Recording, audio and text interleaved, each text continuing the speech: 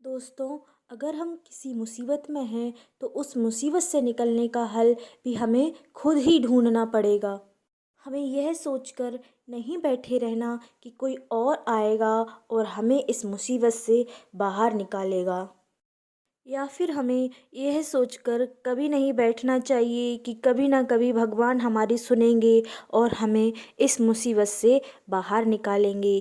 एक बात हमेशा याद रखना कि भगवान भी उन्हीं की मदद करते हैं जो खुद की मदद करते हैं।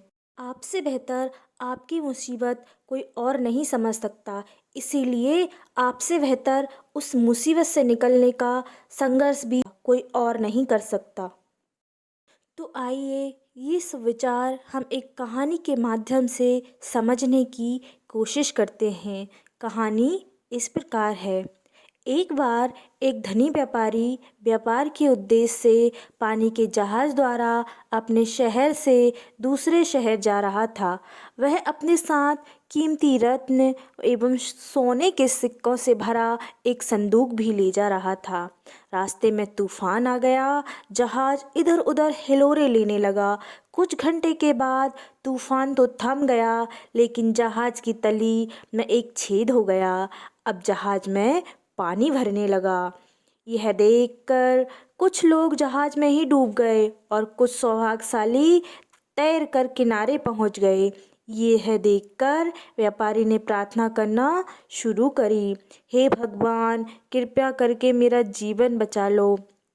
एक व्यक्ति व्यापारी के पास गया और बोला, कूदो और तैरकर समुद्र के किनारे पहुँचो। भगवान भी उसी की मदद करता है जो अपनी मदद स्वयं करता है। लेकिन व्यापारी ने उसकी एक ना सुनी। वह जहाज में ही रहा और थोड़ी देर में जहाज डूब गया और वह व्यापारी भी जहाज के साथ डूबकर अकाल मृत्यु का ग्रास बना। इस कहानी से हमें यह समझ में आता है कि अगर वह व्यापारी दूसरों की मदद पर आश्रित ना होकर खुद की मदद करता तो कहीं ना कहीं अपने जीवन को बचा लेता।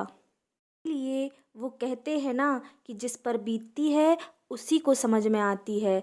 तो जिस पर बीतती है वही उसी का समाधान भी निकाल सकता है।